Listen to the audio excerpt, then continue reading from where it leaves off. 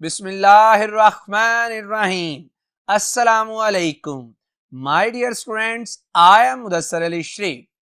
Dear students, आज हम एक नया चैप्टर स्टार्ट करने जा रहे हैं जो कि है group 5th A and group 6th A elements. Group 5th A elements. तो आइए स्टार्ट करते हैं आज का topic. My dear students, group 5th A elements. My dear students, group 5th A element is also called the nitrogen family. Group 5th A elements को ही हम एक और नाम देते हैं जो है नाइट्रोजन्स। My dear students, अगर आप मॉडर्न प्रोडक्ट टेबल को देखें तो मॉडर्न प्रोडक्ट टेबल में group 5th A elements belongs to P block of the periodic से हमने इस ग्रुप का नाम रखा द नाइट्रोजन फैमिली। बहरहाल सबसे पहला मेंबर है नाइट्रोजन, फिर my dear students phosphorus, arsenic, antimony, bismuth और माय डियर स्टूडेंट जो सिक्स्थ एलिमेंट है दैट वाज रिसेंटली डिस्कवर्ड, ये रिसेंटली डिस्कवर हुआ है और इसका नाम है ununpentium which has atomic number 115। My dear students, ये जो 115 एटॉमिक नंबर वाला एलिमेंट है it is synthetic element, it is radioactive. Bharat हमारा जो कंसर्न रहेगा आज के लेक्चर में और आने वाले लेक्चर्स में वो ग्रुप 5th ए के 5 एलिमेंट्स के साथ होगा which are nitrogen, phosphorus, arsenic, antimony और बिस्मथ। माय डियर स्टूडेंट्स, मैं सबसे पहले आपके सामने ग्रुप 5th ए एलिमेंट्स की इलेक्ट्रॉनिक कॉन्फ़िगरेशन डिस्कस करना चाहता हूं। इसके लिए मैंने क्या किया, इसके लिए मैंने आपके सामने एक कॉलम में ग्रुप 5th ए एलिमेंट्स लिख दिए, जैसा कि नाइट्रोजन है, आर्सेनिक का एटॉमिक नंबर 33 है, एंटीमनी का एटॉमिक नंबर 51 है और बिस्मथ का एटॉमिक नंबर 83। जब इनकी इलेक्ट्रॉनिक कॉन्फ़िगरेशन की बात करता हूं तो सबसे पहले मैं इलेक्ट्रॉन्स की डिस्ट्रीब्यूशन करूंगा इन शेल्स। शेल्स में इन एलिमेंट्स में किस तरह से इलेक्ट्रॉन डिस्ट्रीब्यूट होते हैं। तो अगर आप नाइट्रोजन देखें which has the atomic number 7, तो गोया इसका मतलब ये हुआ कि पहले शेल में 2, जिसे आप के शेल भी बोलते हैं, और दूसरे शेल में 5 इलेक्ट्रॉन्स होते हैं। इसी तरह my dear students phosphorus which has atomic number 15, इसकी अगर बात की जाए तो इसके पहले शेल के शेल में 2 इलेक्ट्रॉन, के बाद आता है एल शेल में 8 इलेक्ट्रॉन और फिर नेक्स्ट जो थर्ड शेल है इसमें आते हैं 5 इलेक्ट्रॉन। इसी तरह माय डियर स्टूडेंट्स आपके सामने आर्सेनिक में इलेक्ट्रॉन्स की डिस्ट्रीब्यूशन है इन शेल्स। इसी तरह आपके पास एंटीमनी है और फिर बिस्मथ। माय डियर स्टूडेंट्स, ये जो इलेक्ट्रॉनिक कॉन्फ़िगरेशन है, ये इलेक्ट्रॉनिक कॉन्फ़िगरेशन मैंने आपके सामने रखी जब आप शेल्स की बात करते हैं। अगर मैं सब शेल्स की बात करूं तो सब शेल्स के लिए इनकी इलेक्ट्रॉनिक कॉन्फ़िगरेशन क्या होगी, इसमें देखिए सबसे पहले है नाइट्रोजन। नाइट्रोजन चूंकि एटॉमिक नंबर 7 है, जिसका मतलब है 1s2 2s2 2p3। इसी तरह अगर आप फास्फोरस की बात करें तो फास्फोरस का एटॉमिक नंबर होता है 15, जिसका मतलब क्या होगा 1s2 2s2 2p6 3s2 3p3। यानी नाइट्रोजन में जो वैलेंस शेल में जो सब शेल्स हैं उनकी कॉन्फ़िगरेशन बन रही है 2s2 2p3, फास्फोरस की बनती है 3s2 3p3। तो जरा स्टूडेंट बताइएगा फिर आर्सेनिक की क्या बनेगी। यकीनन आप कहेंगे सर उसकी वैलेंस सब शेल इलेक्ट्रॉनिक कॉन्फ़िगरेशन बनेगी 4s2 4p3 और इसी तरह एंटीमनी की 5s2 5p3 और अगर बिस्मथ की बात की जाए तो माय डियर स्टूडेंट उसकी बनेगी 6s2 6p3। अब अगर आप इस वैलेंस सब शेल इलेक्ट्रॉनिक कॉन्फ़िगरेशन को गौर से देखें तो आप इस नतीजे पर पहुंचेंगे कि जितने भी 5th ए ग्रुप के एलिमेंट्स हैं इनकी जनरल इलेक्ट्रॉनिक कॉन्फ़िगरेशन कुछ इस तरह से बनती है और वो क्या है ns2np3 where n is shell number, जिसे आप प्रिंसिपल क्वांटम नंबर का नाम भी देते हैं। माय डियर स्टूडेंट्स, ये जो n है नाइट्रोजन के लिए n बराबर होगा 2 के, फास्फोरस के लिए बराबर होगा 3 के, आर्सेनिक के लिए बराबर होगा 4 के एंड सो ऑन, जैसा कि आपने इन सब की एक जनरल इलेक्ट्रॉनिक कॉन्फ़िगरेशन को देख के कहा। My dear students, in electronic configuration से एक और बात क्लियर हो जाती है कि चूंकि इन तमाम एलिमेंट्स में जो वैलेंस सब शेल है दैट इज p, इसी वजह से हम कहते हैं कि all the group 5th A elements belongs to the p block of the periodic table. तो माय डियर स्टूडेंट्स, ये तो थी इनकी जनरल इलेक्ट्रॉनिक कॉन्फ़िगरेशन। बात करते हैं physical appearance of 5th A group elements. My dear students, याद रखिएगा except nitrogen, all members of group 5A exist as solid. सारे मेंबर नाइट्रोजन के अलावा सॉलिड स्टेट में क्या करते हैं, एग्जिस्ट करते हैं. जैसा कि नाइट्रोजन की बात की जाए तो नाइट्रोजन इज कलरलेस गैस. अगर आप नाइट्रोजन से आगे बढ़ते हैं फास्फोरस, तो याद रखिएगा phosphorus is black colour solid. और जब आप बात करते हैं आर्सेनिक की, इट इज मेटेलिक सॉलिड. इसी तरह आप एंटीमनी की बात करते हैं, metallic solid. My dear student, मैंने साथ साथ इनकी अपीयरेंस भी आपको दिखाने की कोशिश की ताकि आपका इसमें इंटरेस्ट डेवलप हो सके. और अगर आप लास्ट मेंबर बिस्मथ की बात करते हैं तो इसका भी जो अपीयरेंस है दैट इज मेटेलिक सॉलिड. तो ये जो थी आपके सामने, ये इनकी फिजिकल अपीयरेंस थी. माय डियर स्टूडेंट्स, सबसे पहले आपके जहन में इसको देख के ये क्वेश्चन आना चाहिए, सर ऐसी क्या वजह है कि नाइट्रोजन एक गैशियस फॉर्म में एग्जिस्ट करने वाला एलिमेंट है, जबकि इसी ग्रुप के बकिया मेंबर जो हैं they exist in solid state. तो माय डियर स्टूडेंट्स, घबराने वाली बिल्कुल बात नहीं. इसका मतलब है कि अगर नाइट्रोजन गैशियस फॉर्म में एग्जिस्ट करती है तो इसका मतलब है कि नाइट्रोजन में जो स्ट्रेंथ ऑफ इंटरमोलेक्युलर फोर्सेस हैं वो कम है और बकिया मेंबर्स में जो स्ट्रेंथ ऑफ फोर्सेस हैं वो क्या हैं, ज्यादा. ये बात आपको भी पता है कि जब भी आप किसी ग्रुप में टॉप टू बॉटम मूव करते हैं तो साइज इंक्रीज करता है, फोर्सेस की स्ट्रेंथ इंक्रीज करती है. यही वजह है कि चूंकि नाइट्रोजन एक स्मॉल यूनिट है, N2 की शक्ल में एग्जिस्ट करता है, तो इसमें फोर्सेस कम है, ये गैशियस फॉर्म में, while rest of the members of group 5A exist as solids. My dear students, बढ़ते हैं इनकी कुछ फिजिकल प्रॉपर्टीज की तरफ. फिजिकल प्रॉपर्टीज में सबसे पहले मैं आपके सामने डिस्कस करने जा रहा हूं एटॉमिक रेडियस. और my dear students, atomic radius मैं आपके सामने रखता हूं इन पिकोमीटर यूनिट्स, यानी मैंने रेडियस के लिए जो यूनिट यूज किया वो पिकोमीटर. माय डियर स्टूडेंट्स, मैंने इसके लिए क्या किया, आपके लिए एक कॉलम में एलिमेंट्स लिख दिए ग्रुप 5A के, और दूसरे कॉलम में इनके एटॉमिक रेडियस, और तीसरे कॉलम में आपको इमेजिन करवाने की कोशिश की कि किस तरह से रेडियस क्या करता है, इंक्रीज.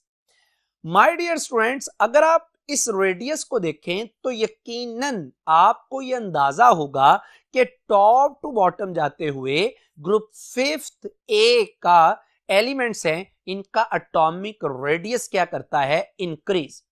कोई परेशानी वाली बात नहीं. हमने पढ़ा है कि किसी भी ग्रुप में टॉप टू बॉटम जाते हुए नंबर ऑफ शेल्स इंक्रीज करते हैं, शील्डिंग इफेक्ट इंक्रीज करता है, न्यूक्लियर चार्ज डिक्रीज करता है, जिसकी वजह से टॉप टू बॉटम क्या करता है, रेडियस इंक्रीज करता है. माय डियर स्टूडेंट्स, परेशानी वाली बात नहीं, लेकिन अगर आप टेक्निकली ऑब्जर्व करें तो आपको ये बात फील होगी कि नाइट्रोजन से फास्फोरस पे जाते हुए there is very large increase in atomic radius, यानी नाइट्रोजन से फास्फोरस की तरफ जाते हुए एटॉमिक रेडियस में इजाफा क्या है, बहुत ज्यादा. किसके बरक्स जब आप आर्सेनिक से बिस्मथ की तरफ मूव करते हैं, यानी नाइट्रोजन और फास्फोरस में भी एक शेल का फर्क है, लेकिन एटॉमिक रेडियस में जो इजाफा हुआ वो बहुत ज्यादा हुआ एज कंपेयर टू जब आप मूव करते हैं फ्रॉम आर्सेनिक टू बिस्मथ. अब सर इसकी क्या वजह, अच्छा अगर आप इसको टेक्निकली ना देखें तो कोई प्रॉब्लम नहीं, सिंपल ट्रेंड के मुताबिक है, डाउन द ग्रुप इंक्रीज कर रहा है. लेकिन चूंकि हमारा मकसद सिर्फ पढ़ाना सिंपल ट्रेंड्स को नहीं, बल्कि उनको टेक्निकली इंडिविजुअली स्टडी करना भी है, जिसके लिए आप ये वीडियो लेक्चर सुन रहे हैं. तो माय डियर स्टूडेंट्स, अगर मैं ये वजह बताने की कोशिश करूं कि नाइट्रोजन से फास्फोरस तक जाते हुए साइज में क्यों इतना इजाफा हो जाता है, तो डियर स्टूडेंट्स याद रखिएगा इसकी वजह यह है कि नाइट्रोजन और फास्फोरस में S और P सब शेल्स मौजूद. याद रखिएगा कि due to strong shielding effect of S and P electrons present in inner shell, जिसकी वजह से इनका चूंकि S और P इनर शेल्स में मौजूद होते हैं, they have very strong shielding effect on the valence electrons, जिसकी वजह से इनमें जो एटॉमिक रेडियस में इजाफा है वो हमारे कॉन्सेप्ट से भी कई गुना क्या होता है, ज्यादा।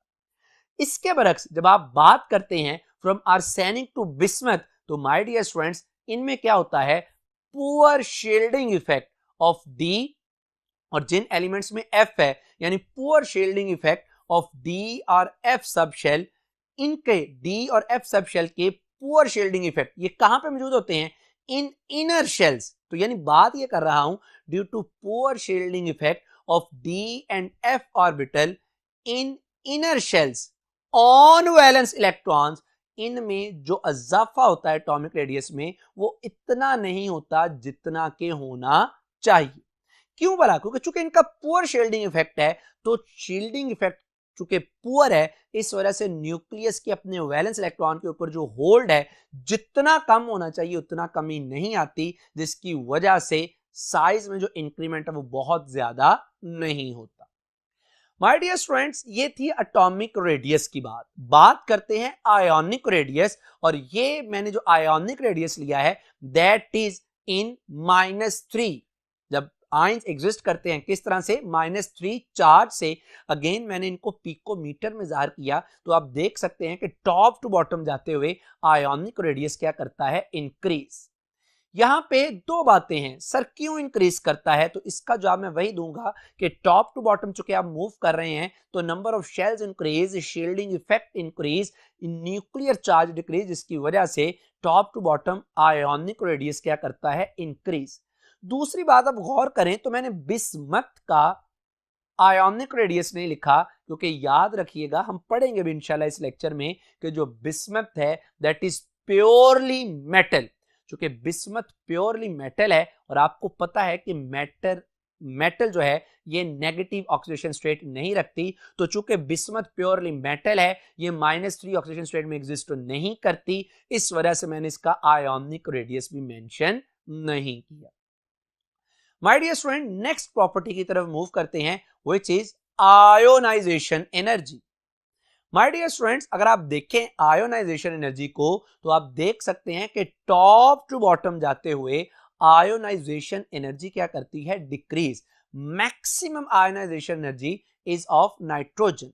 सर अब क्यों डिक्रीज करती है बताएं, आप खुद सोचें, आपने बेशुमार दफा ये पढ़ा हुआ है। तो माय डियर स्टूडेंट इसका जवाब भी प्रीवियस ईयर जो एटॉमिक रेडियस की बात की कि टॉप टू बॉटम जब आप जाते हैं तो नंबर ऑफ शेल्स इंक्रीज करते हैं, शील्डिंग इफेक्ट इंक्रीज करता है, न्यूक्लियर चार्ज डिक्रीज करता है, जिसकी वजह से आयोनाइजेशन एनर्जी क्या करती है, डिक्रीज। क्योंकि आयोनाइजेशन एनर्जी का और न्यूक्लियर चार्ज का आपस में डायरेक्ट रिलेशन है, जितना न्यूक्लियर चार्ज कम आयोनाइजेशन एनर्जी भी क्या होगी, उतनी कम होगी। माय डियर स्टूडेंट्स बात करते हैं इलेक्ट्रोनेगेटिविटी। अगेन मैं आपको बात बता दूं कि जो इलेक्ट्रोनेगेटिविटी है that is directly proportional to the nuclear charge, that is inversely proportional to the size of atom. तो इसका मतलब यह हुआ कि जब आप नाइट्रोजन फैमिली में टॉप टू बॉटम मूव करते हैं तो साइज इंक्रीज करता है, न्यूक्लियर चार्ज डिक्रीज करता है, जिसकी वजह से टॉप टू बॉटम जाते हुए इलेक्ट्रोनेगेटिविटी क्या करती है, डिक्रीज। इसका मतलब यह हुआ कि मैक्सिमम जो इलेक्ट्रोनेगेटिविटी है इन ग्रुप 5th ए एलिमेंट्स वो किसकी है, nitrogen, because of smaller size and greater nuclear attraction. My dear students बात करते हैं नेक्स्ट फिजिकल प्रॉपर्टी की and that is electron affinity. और इलेक्ट्रॉन अफिनिटी के लिए जो मैंने यूनिट यूज किया that is kilo joule per mole. My dear students अगर आप गौर करें तो जो इलेक्ट्रॉन अफिनिटी है ये अगेन डायरेक्टली प्रोपोर्शनल है न्यूक्लियर चार्ज के और इनवर्सली प्रोपोर्शनल है किसके, साइज ऑफ एटम। इसका मतलब यह हुआ कि जितना किसी एटम का साइज ज्यादा होगा उसकी इलेक्ट्रॉन अफिनिटी उतनी ही कम होगी। अगर आप ग्रुप 5th ए एलिमेंट्स की इलेक्ट्रॉन अफिनिटी की बात करें तो आप देख सकते हैं कि इन तमाम की जो इलेक्ट्रॉन अफिनिटी है वो डाउन द ग्रुप जाते हुए मोर एक्सोथर्मिक हो रही है, यानी डाउन द ग्रुप जाते हुए इनमें जब इलेक्ट्रॉन ही एक्सेप्ट करते हैं तो मैक्सिमम एनर्जी को क्या करते हैं, रिलीज करते हैं। अब क्वेश्चन ये है कि सर यहां पे ये जो माइनस साइन है that shows the release of energy, इसका मतलब ये हुआ कि टॉप टू बॉटम जाते हुए इस ग्रुप में इलेक्ट्रॉन अफिनिटी क्या कर रही है, इंक्रीज।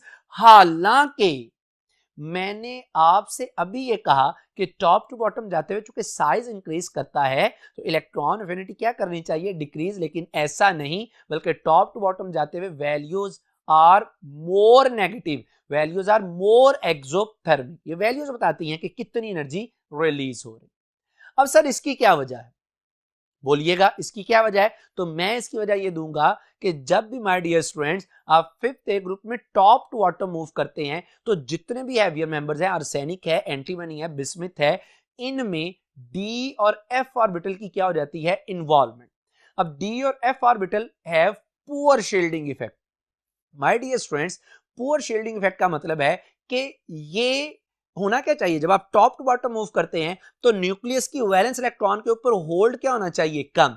लेकिन चूंकि डी और एफ ऑर्बिटल का शील्डिंग इफेक्ट बड़ा पुअर है तो ये जितनी न्यूक्लियर अट्रैक्शन को डिक्रीज करना चाहिए था, इन डी और एफ को जितना न्यूक्लियर अट्रैक्शन को डिक्रीज करना चाहिए था, अपने पुअर शील्डिंग इफेक्ट की वजह से ये उतना डिक्रीज नहीं कर पाते। जब ये उतना डिक्रीज नहीं कर पाते तो न्यूक्लियस का वैलेंस शेल में मौजूद इलेक्ट्रॉन्स के ऊपर होल्ड क्या कर जाता है, इंक्रीज, जिसकी वजह से डाउन द ग्रुप जाते हुए इनकी इलेक्ट्रॉन अफिनिटी वैल्यूज क्या कर जाती हैं, इंक्रीज, यानी ये मोर नेगेटिव हो जाती हैं। नेगेटिव अगेन मैं बता रहा हूं मींस कि ये क्या है, exothermic process. My dear students, बात करते हैं नेक्स्ट इनके मेल्टिंग पॉइंट की तरफ, यानी melting point of nitrogen family. My dear students, मैं मेल्टिंग पॉइंट को एक्सप्लेन करने से पहले आपके सामने चंद एक पॉइंट्स रखना चाहता हूं। याद रखिएगा, मेल्टिंग पॉइंट डायरेक्टली प्रोपोर्शनल है strength of the binding forces. जितनी एटम्स के दरमियान, मॉलिक्यूल्स के दरमियान फोर्सेस स्ट्रांग होंगी, उतना उनका मेल्टिंग पॉइंट क्या होगा, ज्यादा। माय डियर स्टूडेंट्स, एक और बात याद रखिएगा कि melting point not only depend upon the strength of forces but also depends upon the crystal structure। ये क्रिस्टल स्ट्रक्चर पे भी डिपेंड करता है, यानी याद रखिएगा कि melting point depends upon the arrangement of particles in crystal lattice. Crystal lattice में पार्टिकल्स की जितनी क्लोज, जितनी टाइट अरेंजमेंट होगी, याद रखिएगा उसका मेल्टिंग पॉइंट भी क्या होगा, उतना ज्यादा। दो बातें होगी। तीसरी बात याद रखिएगा कि ऐसे elements which exist as discrete small unit, जो छोटे छोटे यूनिट्स के तौर पे एग्जिस्ट करते हैं, उनका मेल्टिंग पॉइंट क्या होता है, कम। जबकि ऐसे elements which exist as joint structure, जो बड़े स्ट्रक्चर रखते हैं, पॉली एटॉमिक पर एटम्स पर मुश्तमिल होते हैं, they have high values of melting point। My dear student, ये चार पॉइंट्स अपने जहन में रखिएगा। इन पॉइंट्स को जहन में रखते हुए मैं आपके सामने ग्रुप फिफ्थ ए के एलिमेंट्स का मेल्टिंग पॉइंट डिस्कस करूंगा। माय डियर स्टूडेंट्स, जब आप ग्रुप फिफ्थ ए के एलिमेंट्स को देखते हैं तो आपको अंदाजा होता है कि जो इनका मेल्टिंग पॉइंट है ये कहीं पे जाके, जैसे नाइट्रोजन से बात करें, नाइट्रोजन का मेल्टिंग पॉइंट कम है, नाइट्रोजन के बाद फास्फोरस का मेल्टिंग पॉइंट क्या है, ज्यादा। और जब आप फास्फोरस से मूव करते हैं आर्सेनिक, तो आर्सेनिक का मेल्टिंग पॉइंट फास्फोरस से भी क्या है, ज्यादा। यानी बात ये तय हुई कि जो मेल्टिंग पॉइंट है ये नाइट्रोजन से आर्सेनिक तक इंक्रीज करता है और फिर एंटीमनी से बिस्मथ तक क्या करता है, डिक्रीज करता है। अब सर इसकी वजह भी बताइए, क्योंकि वजह नहीं पढ़ेंगे तो मजा क्या लेक्चर का। माय डियर स्टूडेंट्स, याद रखिएगा कि अगर मैं इन पांच एलिमेंट्स जो कि ग्रुप फिफ्थ ए में मौजूद हैं, अगर मैं इनको कैटेगराइज करूं तो याद रखिएगा nitrogen exist as discrete small diatomic molecule. ये डिस्क्रीट स्मॉल डाइएटॉमिक मॉलिक्यूल के तौर पे एग्जिस्ट करता है, यानी N2 की शक्ल। जब आप बात करते हैं phosphorus, arsenic, antimony, they exist as tetratomic molecule, यानी फास्फोरस P4 की शक्ल में, आर्सेनिक AS4 की शक्ल में, एंटीमनी SB4 की शक्ल में एग्जिस्ट करता है। जो last member of the group है bismuth, it exist purely in metallic structure, ये प्योरली मेटेलिक है। अच्छा, ये भी हम बात करेंगे। मैंने आपको थोड़ा सा भी बता दूं कि जो नाइट्रोजन और फास्फोरस हैं, these are purely non metals. Arsenic, antimony, these are metallites, and bismuth at the end of the group 5A is purely metal। क्यों है? आज के लेक्चर में इंशाल्लाह ये बात भी करेंगे। तो बहरहाल अब मैंने आपसे कहा कि नाइट्रोजन N2 की शक्ल में है, फास्फोरस P4 टेट्राटॉमिक मॉलिक्यूल की शक्ल में है, तो यकीनन चूंकि फास्फोरस का स्ट्रक्चर बड़ा है, फास्फोरस का स्ट्रक्चर बड़ा होने का मतलब है कि इसमें फोर्सेस की मैग्नीट्यूड ज्यादा है, जिसकी वजह से इसका मेल्टिंग पॉइंट नाइट्रोजन की निस्बत क्या है, ज्यादा। जब आप बात करते हैं फास्फोरस से आर्सेनिक पर, तो आर्सेनिक, अब आप कहेंगे सर पहले तो आपने नाइट्रोजन और फास्फोरस की तो बात कर दी, अब फास्फोरस भी P4 है, आर्सेनिक भी P4 है, जब दोनों का आर्सेनिक भी सॉरी AS4 है, तो सर दोनों जब टेट्रा यूनिट्स के तौर पे एग्जिस्ट करते हैं तो दोनों के मेल्टिंग पॉइंट में क्यों फर्क है। अब माय डियर स्टूडेंट्स बात आ जाएगी कि जब आप फास्फोरस से आर्सेनिक की तरफ मूव करते हैं, there is change in crystal structure. जो फास्फोरस है it exist in orthorhombic form, जबकि आर्सेनिक जो है it exist in rhombohedral form. तो नो डाउट P4 की शक्ल, P4 के एग्जिस्ट करता है, आर्सेनिक टेट्राटॉमिक यानी AS4 की शक्ल में एग्जिस्ट करता है, लेकिन फिर भी अगर मेल्टिंग पॉइंट में चेंज आ जाता है that is because of the change in crystal structure, जैसा कि आप देख सकते हैं। अब माय डियर स्टूडेंट्स जब आप मूव करते हैं एंटीमनी से बिस्मथ की तरफ, तो अब मेल्टिंग पॉइंट क्या कर जाता है, decrease. My dear students no doubt कि एंटीमनी हमारे पास क्या है, एक मेटलाइट, और बिस्मथ एक मेटल है। हम बात करेंगे कि डाउन द ग्रुप जाते हुए आपने पढ़ा भी है मेल्टिंग पॉइंट क्या करता है, डिक्रीज। माय डियर स्टूडेंट्स ये जो एंटीमनी और बिस्मथ है दे हैव मेटेलिक बॉन्डिंग, इनमें मेटेलिक बॉन्डिंग मौजूद है। और याद रखिएगा कि जो मेल्टिंग पॉइंट ऑफ मेटल है that is directly proportional to the strength of metallic bond which is directly proportional to the charge density which is equal to charge over size। इसका मतलब है कि जब आप एंटीमनी से बिस्मथ की तरफ जाते हैं तो चूंकि साइज इंक्रीज करता है, चार्ज डेंसिटी डिक्रीज करती है, strength of metallic bond decrease करती है, जिसकी वजह से मेल्टिंग पॉइंट भी क्या कर जाता है, डिक्रीज कर जाता है। तो यूं मैंने आपके सामने हर एलिमेंट की अलग-अलग से कैटेगरी रख दी कि किसका मेल्टिंग पॉइंट किस तरह से एक्सप्लेन करते हैं। नेक्स्ट जो मेरे पास प्रॉपर्टी है that is boiling point. Again boiling point में बात कि जो बॉइलिंग पॉइंट है that is directly proportional to the strength of intermolecular forces.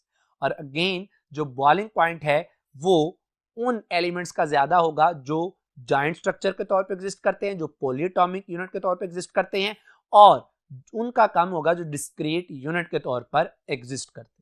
अगर आप बॉइलिंग पॉइंट्स की वैल्यू को देखें तो आपको अंदाजा होगा कि जो बॉइलिंग पॉइंट है ये नाइट्रोजन से आर्सेनिक तक क्या करता है, इंक्रीज। और फिर ये जब आप बात करते हैं एंटीमनी की, तो एंटीमनी पे जाके इसका जो मेल्टिंग पॉइंट है ये मजीद इंक्रीज कर जाता है, किससे, आर्सेनिक से। और जब आप एंटीमनी से बिस्मथ की तरफ मूव करते हैं तो मेल्टिंग पॉइंट क्या कर जाता है, डिक्रीज। माय डियर स्टूडेंट्स यानी 5th ए ग्रुप में जो बॉइलिंग पॉइंट है ये नाइट्रोजन से एंटीमनी तक क्या करता है, इंक्रीज, और फिर बिस्मथ पर जाके क्या कर जाता है, डिक्रीज। इसकी वजह यह है कि जब आप नाइट्रोजन से एंटीमनी तक आते हैं तो यहां पे साइज इंक्रीज करता है, जिसकी वजह से इंटरमोलेक्युलर फोर्सेस क्या करती हैं, इंक्रीज करती हैं, जिसकी वजह से बॉइलिंग पॉइंट क्या कर जाता है, इंक्रीज। जब आप आखिरी मेंबर बिस्मथ पर आते हैं तो बिस्मथ चूंकि प्योरली एक मेटल है, चूंकि इसका साइज बड़ा है, इसमें strength of metallic bond weak हो चुकी है, इसकी वजह से इसका बॉइलिंग पॉइंट क्या कर जाता है, डिक्रीज कर जाता है। सिंपल ट्रेंड, जैसा कि मैंने पहले भी बात की। माय डियर स्टूडेंट इनकी नेक्स्ट जो प्रॉपर्टी है वो है डेंसिटी। और आप देख सकते हैं कि डाउन द ग्रुप जाते हुए density of group 5th A elements क्या करती है, इंक्रीज, क्योंकि डाउन द ग्रुप जाते हुए मैसेज इंक्रीज करती हैं इन यूनिट वॉल्यूम, जिसकी वजह से डेंसिटी क्या कर जाती है, इंक्रीज। यानी bismuth has maximum density while nitrogen has minimum density in group 5th A elements. और जो लास्ट प्रॉपर्टी है my dear students in group 5th A element की वो है oxidation state. All the members of group 5th A shows +3 +5 oxidation state. लेकिन मैं आपको यहां पे एक बात बता दूं कि जो नाइट्रोजन है वो इस ग्रुप का वाहद मेंबर है जो फ्रीक्वेंटली शो करता है -3 oxidation state because of its greater electronegativity as compared to the other elements of this group. तो ये थी my dear students group 5th A की कुछ फिजिकल प्रॉपर्टीज। अब बात करते हैं इनकी कुछ general characteristics. General characteristics of group 5th A elements. My dear students, इसमें सबसे पहले हम बात करेंगे मेटेलिक कैरेक्टर की। अब मेटेलिक कैरेक्टर को मैं 3 पॉइंट्स में डिस्कस करूंगा आपके साथ। सबसे पहले याद रखिएगा कि nitrogen and phosphorus show typical properties of a non metal, यानी इस ग्रुप में नाइट्रोजन और phosphorus purely non metallic in nature. कैसे? जो फास्फोरस एंड नाइट्रोजन है they are poor conductor, non conductor of heat and electricity. Their oxides are acidic, यानी जब इनके ऑक्साइड्स को आप वाटर में डिसॉल्व करते हैं they produce acids. My dear students, ये जो नाइट्रोजन और फास्फोरस है, जो कि मैंने भी आपसे बात की कि ये क्या है, non metallic. Nitrogen and phosphorus, इनके compounds, their compounds are predominantly covalent, क्योंकि ये खुद भी क्या है, नॉन मेटेलिक, और non metals usually form covalent compounds with other non metals. My dear students, nitrogen phosphorus के बाद हमारे पास आता है arsenic and antimony. Arsenic and antimony are metalloids. और लास्ट जो मेंबर है bismuth, it is considered purely metal. ये प्योरली मेटल है। इसका मतलब ये हुआ कि nitrogen phosphorus non metal, arsenic antimony Metalite, और बिस्मथ जो है ये हमारे पास क्या है, मेटल।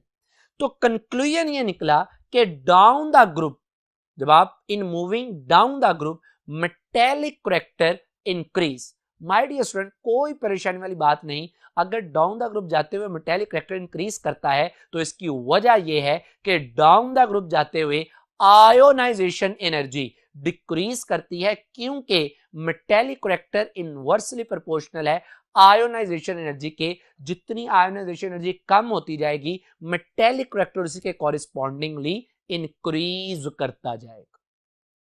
माय डियर स्टूडेंट्स, बात करते हैं बॉन्ड नेचर की। याद रखिएगा कि in group 5th A elements nitrogen has maximum tendency to attract the electron pairs. इसकी इलेक्ट्रॉन पेयर को अट्रैक्ट करने की मैक्सिमम सलाहियत है। मतलब कि जो नाइट्रोजन है it has the maximum capability to form the covalent bond, जबकि इस ग्रुप में antimony and bismuth have minimum tendency to attract the electron pairs. इसका मतलब यह हुआ कि अगर नाइट्रोजन या फास्फोरस मैक्सिमम कैपेबिलिटी रखते हैं इलेक्ट्रॉन को अट्रैक्ट करने की, उसकी वजह कि इनकी इलेक्ट्रोनेगेटिविटी क्या है, ज्यादा, तो इसका मतलब है कि ये कोवलेंट बॉन्ड फॉर्मेशन करते हैं। और अगर आप बात करें एंटीमनी और बिस्मथ की, अगर ये इलेक्ट्रॉन को अट्रैक्ट नहीं करते, इसका मतलब है कि ये कोवलेंट बॉन्ड नहीं बल्कि ये आयोनिक बॉन्ड बनाते हैं, बिकॉज दी आर, और पर्टिकुलरली जो बिस्मथ है that is purely metal. Conclusion ये निकला कि इस ग्रुप में top to bottom, in moving from top to bottom in group 5th A element, trend of covalent character decreases down the group while trend of ionic bond formation increases। यानी down the group covalent character, covalent bond formation की सलाहियत decrease करती है और ionic bond formation की tendency increase करती है। My dear student, next हमारे पास इसमें इसकी जो कैरेक्टरिस्टिक आती है ग्रुप 5th ए एलिमेंट्स की, दैट इज एलोट्रॉप्स। एलोट्रॉपी आपने पढ़ा हुआ है कि existence of an element in more than one crystalline form, उस फिनोमिने को आप एलोट्रॉपी बोलते हैं। और जो डिफरेंट क्रिस्टलाइन फॉर्म्स हैं they are called allotropes. My dear student, except bismuth, all the members of group 5th A show the phenomena of allotropy. जैसे nitrogen की 2 एलोट्रॉपिक फॉर्म है, एक है alpha nitrogen which is in cubic form, and second one is beta nitrogen which is in hexagonal structure. My dear student, जो phosphorus है second member, it has 6 allotropic forms: red, white, scarlet, violet, alpha black और beta black. इसी तरह जो हमारे पास arsenic है, it has 3 allotropic form, that is gray, yellow and black. और अगर नेक्स्ट मेंबर की बात की जाए antimony, it also has 3 allotropic forms: yellow, black और explosive. एक्सक्लूसिव, और जो बिस्मत है it has no allotropic form. My dear student, last जो कैरेक्टरिस्टिक है ग्रुप 5th ए की, दैट इज वैलेंसी। याद रखिएगा, phosphorus and other members of group 5th A can involve D orbital in bond formation. Phosphorus और बकिया member except nitrogen D orbital को involve कर सकते हैं बॉन्ड फॉर्मेशन के लिए। उसकी वजह यह है कि जो एनर्जी ऑफ डी ऑर्बिटल और जो बकिया members in the valence shell, जो बकिया मेंबर्स के वैलेंस शेल में मौजूद ऑर्बिटल्स हैं, इनमें एनर्जी गैप बहुत ही कम होता है। यानी बात ये करना चाह रहा हूं कि nitrogen can not participate D orbital in bond formation due to greater energy difference of its valence orbital, यानी 2s 2p and the next orbital 3d। 3d का मतलब है थर्ड शेल, 2p 2s का मतलब है सेकंड शेल। तो चूंकि इनके दरमियान में एनर्जी डिफरेंस बहुत ज्यादा है, इसकी वजह से नाइट्रोजन जो है ये डी ऑर्बिटल को अपनी बॉन्डिंग के लिए इन्वॉल्व नहीं कर सकता। जबकि नाइट्रोजन के अलावा फास्फोरस, आर्सेनिक, एंटीमनी, बिस्मथ, बकिया जितने भी मेंबर्स हैं, ये बॉन्डिंग के लिए डी ऑर्बिटल को इन्वॉल्व कर सकते हैं, क्योंकि इनके वैलेंस शेल में मौजूद जो ऑर्बिटल्स हैं यानी s और p, और इनका जो डी ऑर्बिटल है, इनमें एनर्जी गैप बहुत कम होता है, जिसकी वजह से ये डी ऑर्बिटल को इन्वॉल्व करके बॉन्डिंग में डिफरेंट वैलेंसी शो करते हैं। माय डियर स्टूडेंट्स, अगर मैं फास्फोरस की बात करूं तो फास्फोरस का एटॉमिक नंबर होता है 15। अगर आप गौर करें तो इसके वैलेंस शेल में मौजूद सब शेल्स की कॉन्फ़िगरेशन क्या बनती है, 3s2 3p 3, इसी के साथ आ जाता है 3d, जो कि 3d का और 3p का एनर्जी गैप कम है। अब जब आप सिर्फ 3p की बात करते हैं तो जो फास्फोरस है इट शो ओनली 3 वैलेंसी, लेकिन जब वन ऑफ द इलेक्ट्रॉन, ये इसकी ग्राउंड स्टेट की बात कर रहा हूं, लेकिन जब आप इसकी फर्स्ट एक्साइटेड स्टेट लेते हैं, यानी जब आप 3s के इलेक्ट्रॉन को एक्साइट कर देते हैं, प्रमोट कर देते हैं इन 3d, तो आप जरा गौर कीजिएगा कि इसमें 5 अनपेयर्ड इलेक्ट्रॉन हो जाते हैं, जिसकी वजह से ये कितनी वैलेंसी शो कर सकता है, 5। बिल्कुल इसी तरह आर्सेनिक और एंटीमनी बकिया मेंबर भी 3 और 5 को शो करते हैं। 3 ग्राउंड स्टेट में वैलेंसी होती है और 5 उसको शो करते हैं जब one of the electron from s orbital is promoted to d orbital. ये जो कैपेबिलिटी है ये नाइट्रोजन में नहीं। जाते जाते इस लेक्चर के एंड पे मैं आपको एक बात बता दूं कि अपने आप को कंफ्यूज मत करिएगा। हमने आज के लेक्चर में ही ये बात पढ़ी थी कि जो nitrogen it can show +3 +5 oxidation state. अब जो मैंने एंड पे बात की वो ऑक्सीडेशन स्टेट की माय डियर स्टूडेंट्स बात नहीं की, वो बात की मैंने वैलेंसी की, और वैलेंसी जो है ये नाइट्रोजन की 3 रहती है, जबकि ऑक्सीडेशन स्टेट +3 +5 भी हो सकती है, जबकि बकिया मेंबर्स की ऑक्सीडेशन स्टेट तो +3 +5 है, लेकिन नाइट्रोजन के अलावा जो बकिया मेंबर्स हैं दे कैन शो वैलेंसी 5, और वजह मैंने आपको बता दी। तो माय डियर स्टूडेंट्स, आज का हमारा ये लेक्चर टॉपिक यहीं पे खत्म होता है। उम्मीद है कि आपको बातें अच्छे से क्लियर हुई हों। मेरी अल्लाह सुब्हानहू तआला से दुआ है कि आप पे अपना रहम करम फजल फरमाए। अपना बहुत ज्यादा ख्याल रखिएगा। आपसे इंशाल्लाह ताला एक नए लेक्चर में नए टॉपिक से मुलाकात होगी।